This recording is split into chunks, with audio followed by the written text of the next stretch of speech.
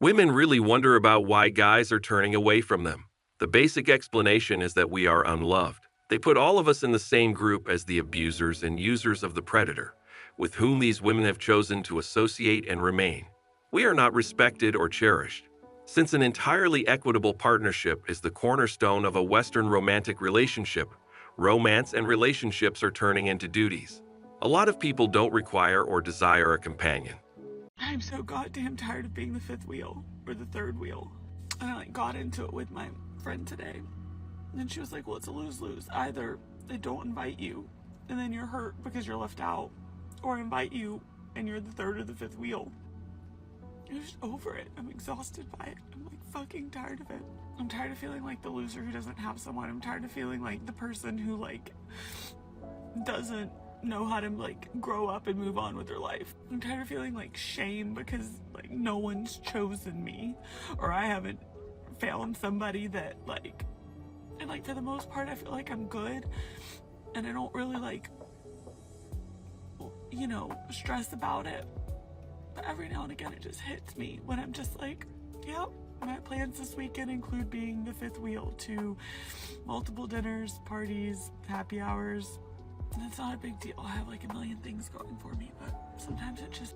By turning down excellent guys when they were younger, in favor of their party years, women destroyed marriage. For men who want to be spouses, living with a group of losers and arriving at the party with 5 minutes remaining on the fertility clock leaves little to be desired. Men do not want to be backup plans for retirement or the first husband after a divorce. I apologize, women, but you didn't want us during your prime, and as you became older, we guys weren't required to tidy up your trash. Chase a check, guys, not a chick, and lead a solitary masculine life where you are free to follow your hobbies, professions, and aspirations for personal growth. Where you have total control of a woman's access to marriage and her access to your resources.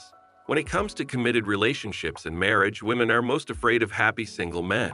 What use is a woman to me when I can cook, clean, do my laundry, and pay my bills?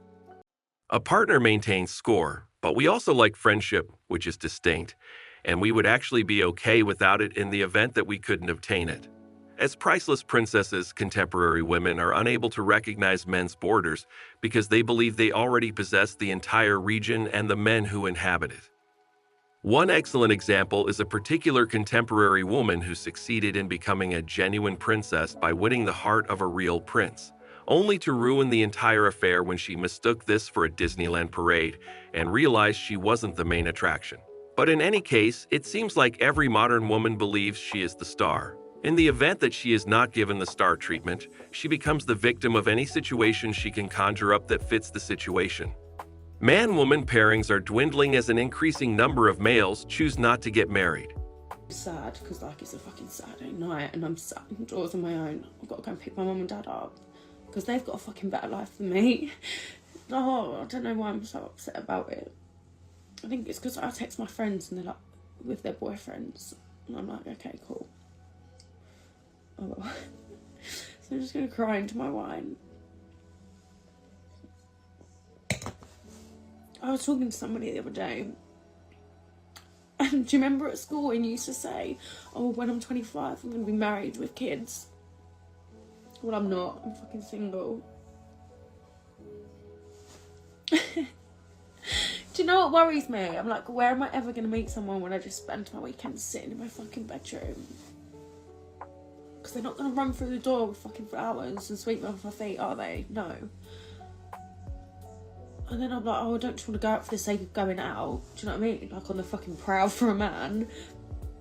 Because I wouldn't do that. But I'm like, where do I expect to meet someone? Hinge.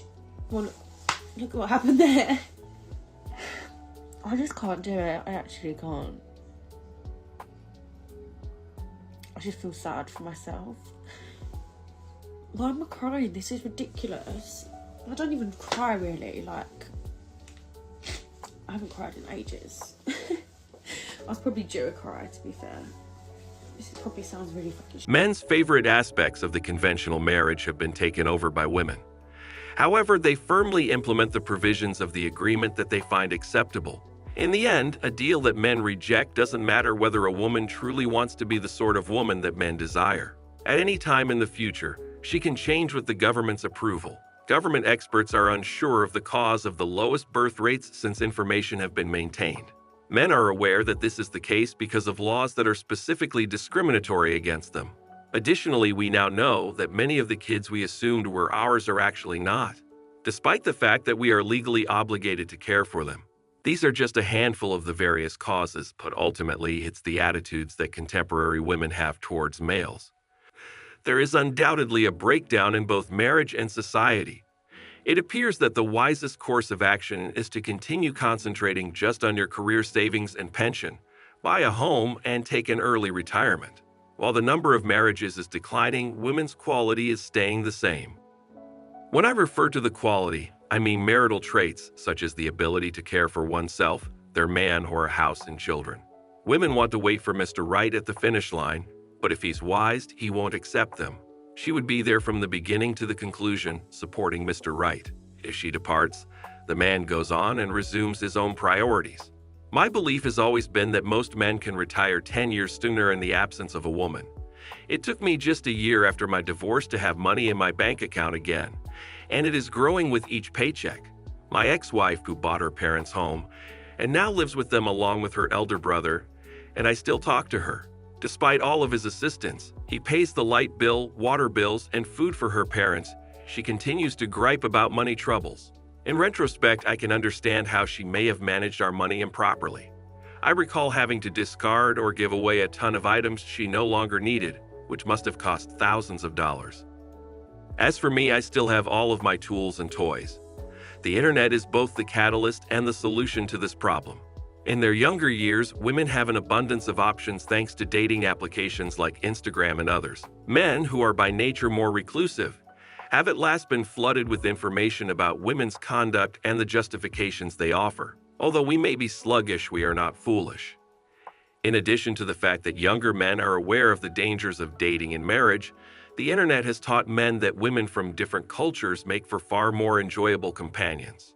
Many men are quite good at calculating risk, reward, or cost-benefit when enough information is available. However, not all men are good at making these decisions. And with the rapid expansion of information interchange, these decisions may be made more easily and with more confidence. The right term to use in this context is enough. This discussion of most or all of anything is rubbish. Enough men have come to the same conclusion as stated, or will probably do so in the near future, to support the worry raised as a problem in the article. I say let it rot. Women notice this and work hard to burden the legal system even more against us. For example, in New South Wales, Australia, a woman has all the rights of a wife, including half of your property, if she and her partner live together for 6 months. It's becoming more difficult out there, even if she didn't have anything sent to her name when you first met and didn't do anything to add to the assets during the previous 6 months. Men are beginning to see that marriage is a burden rather than an opportunity. Maybe things will get better if women choose to behave properly and quit treating guys like ATMs or like we're disposable because they get tired of the good man. I make an effort to inform younger guys about the drawbacks of marriage and dissuade them from making the mistake that, in contrast to women, men may enjoy their life without the drama or madness that comes with being married. There is nothing that a woman possesses that we cannot accomplish for ourselves since we are the world's builders. I'm sorry, women. Please learn your position, and perhaps we will reconsider. Nowadays, a lot of successful and attractive men in their 30s are traveling overseas to find traditional wives. In a few decades, men will simply choose artificial intelligence as their companion and pay for no-strings-attached intimacy. The next great item in 2 or 3 decades will be an AI companion. Since it's already beginning to become a thing, just think about how popular a female AI companion will be in 20 or 30 hours. Men won't have to worry about losing their ass to divorce, and since hooking up is so simple these days, it will be even easier in 20 or 30 years. If you think I'm kidding, just do some research and see how far artificial intelligence has come. There are a lot of reasons why modern women should be anxious. That's all for today, gentlemen. Please remember to press the like button, subscribe to the channel for more videos like this, and turn on the notification bell to ensure that you never miss an upload.